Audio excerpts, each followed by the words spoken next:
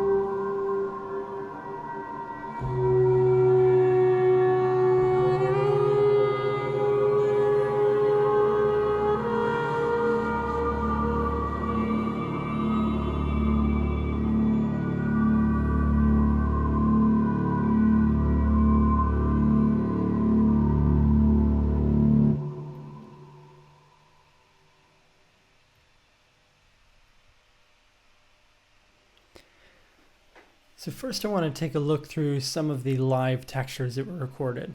So we can see, sort of looking through the session here, what I've got going on in the strings. We have brass and the winds. And so my lineup for these recording sessions for the album was 20 strings, and then I had single winds, flute, oboe, clarinet, bassoon, and then I added 2 saxophones. Which were doubling, so I had sort of alto and soprano, and I had tenor and bari. Then I had 2 French horns, a trombone, and a bass trombone that could double cimbasso. So here we also see that I've got these overdub parts. So these are parts that I knew I wanted to record. I had to record them in a separate session so that I wasn't breaking any rules, and I could record these with the saxophones as well, just as these kind of chords and swells. We'll have a look at those in a moment. But first, let's just look through some of these textures. So really, I've just got these chords in the strings. It's essentially all sort of just voiced out in octaves. Just these big sort of tremolo octaves moving. And I essentially wanted to just create this kind of big wall of sound coming from those. So I have sort of firsts and seconds overlapping each other. Same with violas. So everybody sort of split into VZ. And this way the timbre, so I'm getting sort of the lower register of the violas mixed with the higher register of the cellos and all the way down. And I only have one double bass, so that's the one that's sort of holding down the bass line, the most bottom line. So if I look down into these, I can see sort of just the demo string, so just the mock-up of what's going on.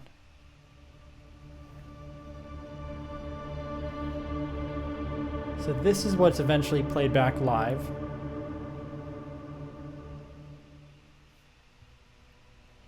And then I also combined that with, this is a sort of process sample string sound that really becomes its own kind of sort of synthy thing.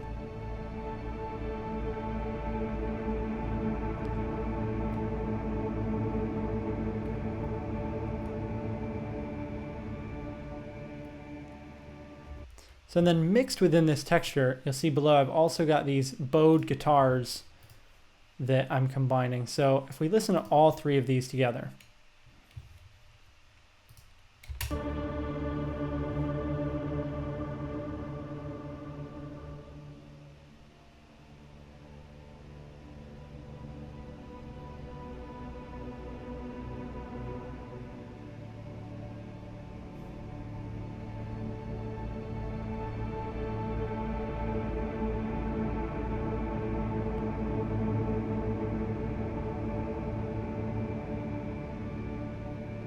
So these bowed guitars give a little bit more sort of ambience to the sound. Listen to those on their own. I've got these sort of in multiple layers that create these sort of interesting drones.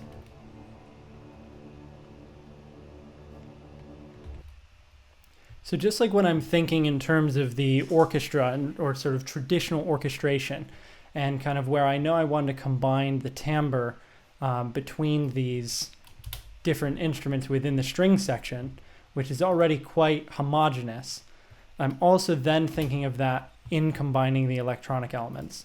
So this concept came really more from the sort of electronic approach than it did from maybe more traditional orchestration in thinking of what this wall of sound I wanted to be. Let's now look a little bit at what's going on in the woodwinds. So for a moment, because this whole piece is essentially a kind of solo for the alto sax, I'm going to just look at what the other winds are doing. The tenor sax is often kind of complementing what's going on in the alto. So I'm going to leave the saxes out for a moment and just listen to what's happening kind of within the flute, oboe, clarinet, and bassoon.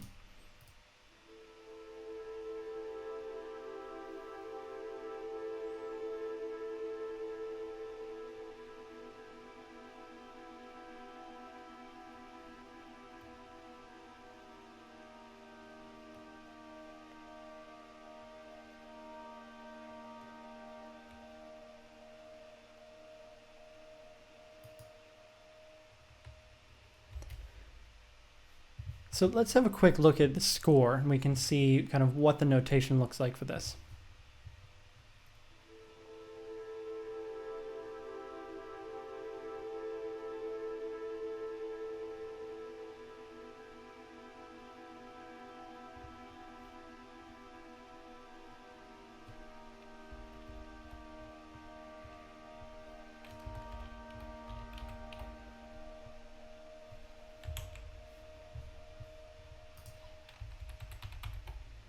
So you can see a combination of different notes that I have going on, these different sort of rhythms. So while I have sort of sextuplets mixed with triplets, I'm really just trying to create a kind of blur. But ultimately, if we look at the MIDI, it's just simple chords that they're kind of outlining. So I know that the winds are going to be kind of holding this harmony, but then that's also going to be complemented in other elements that I have in the track to sort of fill these chords out a bit. So I'm just going to take a moment and look at a couple elements here that are sort of used to emulate more of a sort of texture, more of a sort of electronic texture with the orchestra. So first I created in the demo, I'm using these sort of false harmonics. And in order to achieve this in the demo, because I don't have a good sample library that could kind of achieve the sound that I wanted, I had to just kind of find a recording of this technique being used and then pitch shift it around, duplicate it to kind of give me a sort of ensemble effect. So if I listen to this on its own, we get these cello false harmonics. I'm just going to bring the volume up for a moment.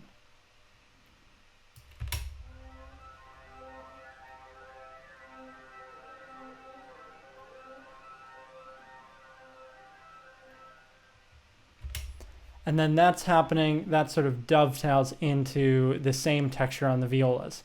So this will just be then a little bit higher.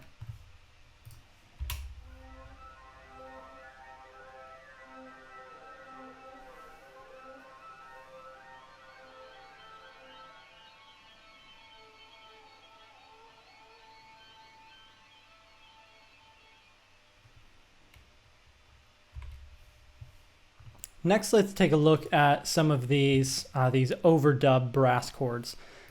So my intention with these was always that I would record them first as chords, and I just wanted them to kind of be swells that were then held into these long sustains, just at forte, with the intention that in the mix, I was going to reverse them, and I would get this sort of odd sound kind of coming out of it that was still maintaining the harmony that I wanted, and giving me these sort of open clusters, but it would give me just a different sound. It would be, you know, kind of just give a different sort of flavor to it.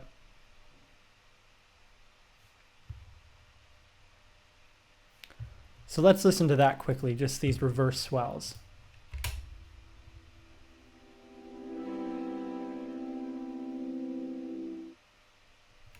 And the idea being that if I had them being held forte from the beginning for about a bar, that release and that decay, when reversed, is what's going to give me the swell into these chords.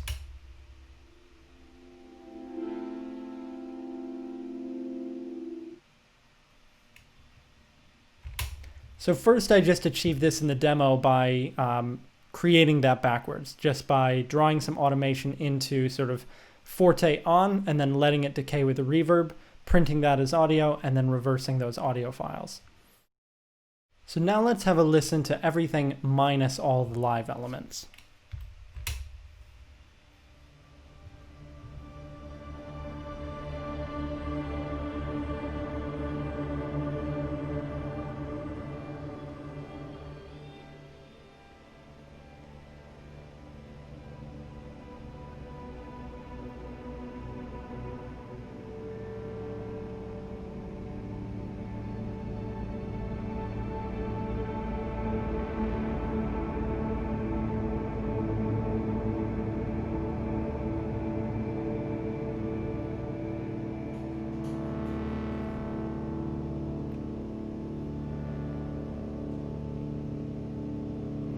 So I want to take a deeper look into some of these textures here. So what's this glass violin? So this is something that I had created a whole bunch of different sample libraries for various projects or just kind of in down periods out of different instruments. And some that I had created were, I'm a string player by sort of study. And so I recorded just sounds all over a double bass and all over a violin, like scratching sounds and playing different things sort of beyond the bridge. And once I had created these textures, I could then put them into a sampler and make an instrument that I could then sort of play, polyphonically. So this is one of those, this glass violin. Let's listen to what that sounds like on its own.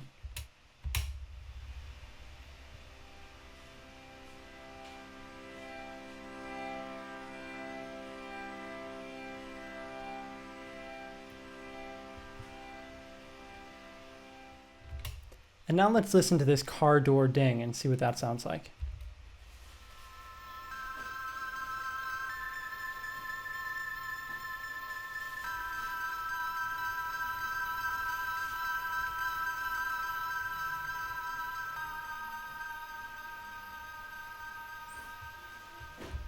So I get this kind of bell sound, and where that initially came from is actually my old car that I had about 7 years ago, which was a Chevy Impala.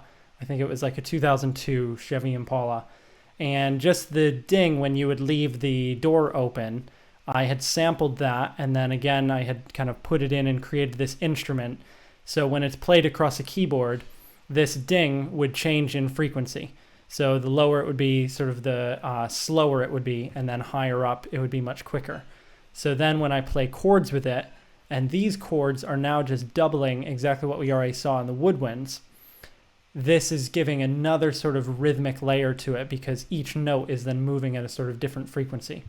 So if I combine this with what we hear with the winds, and same thing, we'll add this bow hair loop sound and the wind ensemble. Let's hear what those sound like together.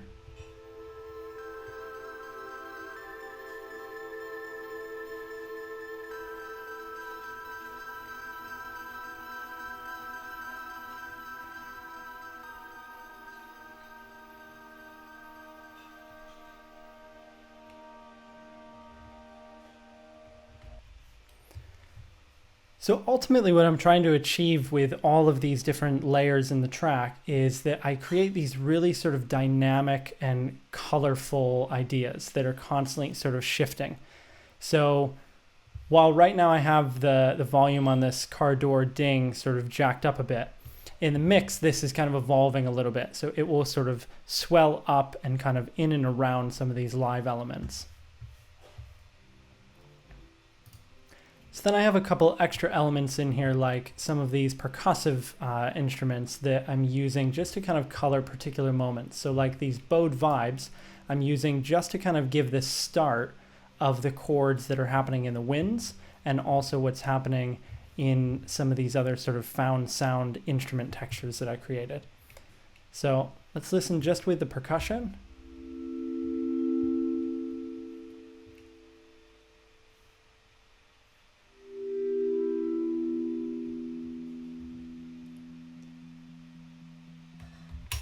And then how that gets combined. So let's add our winds. Let's add our car door ding, this bow hair loop. And then let's listen to sort of how that helps sort of give prominence to the front of the chord.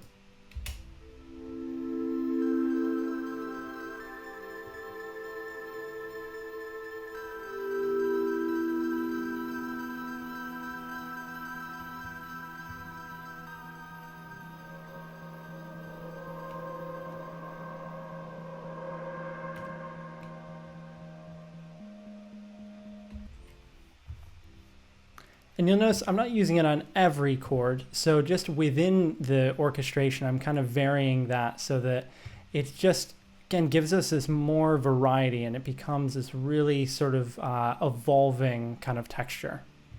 So during the choir recording sessions for the album, I also had a bit of time towards the end that I knew I wanted to record a lot of different kind of wild textures.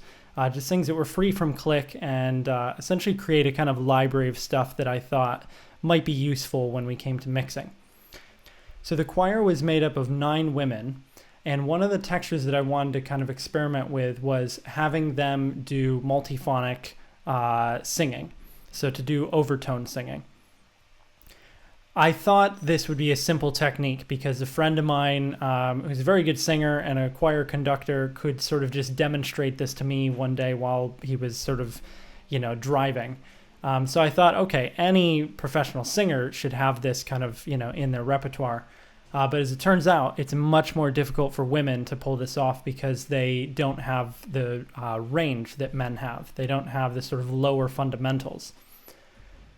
So luckily, one woman in the choir knew this texture and knew how to do it and could amazingly sort of teach half the others how to do it kind of on the spot. So here's a take of what that sounds like on its own, just the sort of overtone singing.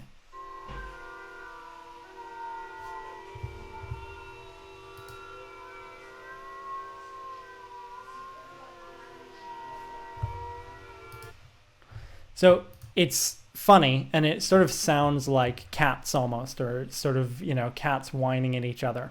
No, disrespect to my amazing singers that were there. But it's a kind of crazy texture. And in the mix, you'll notice it doesn't exist anywhere in this session because this is just the MIDI and then some of the demos from the stems. This is something we decide to add after. So you can hear that if we listen to the full track.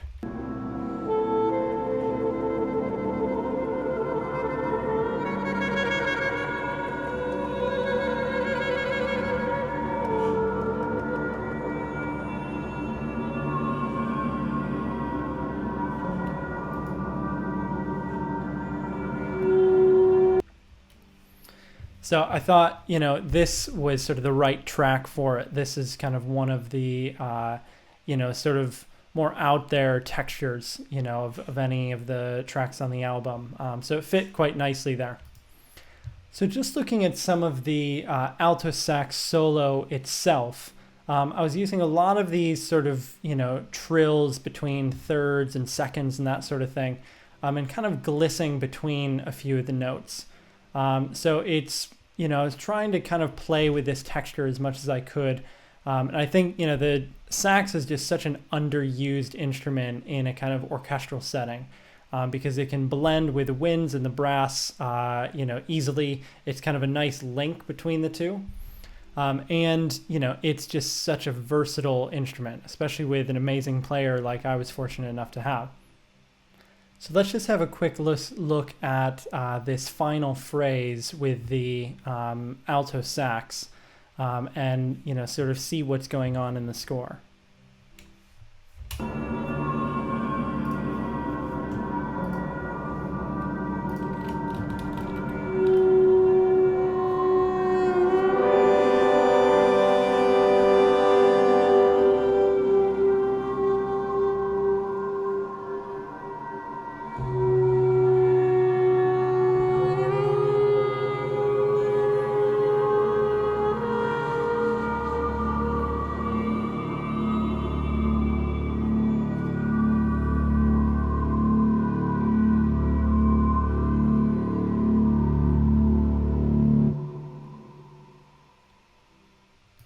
So we get some nice bits in there, both the sort of sliding and also there's a bit of this sort of overblowing into the instrument that gives this a sort of growling sound. So I was fortunate enough to have Jake Jackson mix the entire album. And one of the suggestions that he had was, thinking what else could we kind of do to this solo and make it stand out a bit more.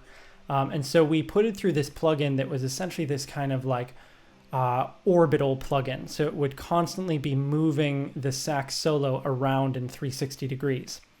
When we recorded it, I had the sax player record in the harp booth. So there's no harp in the track and I could have that sort of just on its own. And that way we had sort of full control over manipulating it. So you'll hear when you listen through that the sax is constantly sort of moving, not just left to right, but sort of around your stereo image. So just to wrap this up, now let's have another full listen through the track and you can hear everything that we've just explored.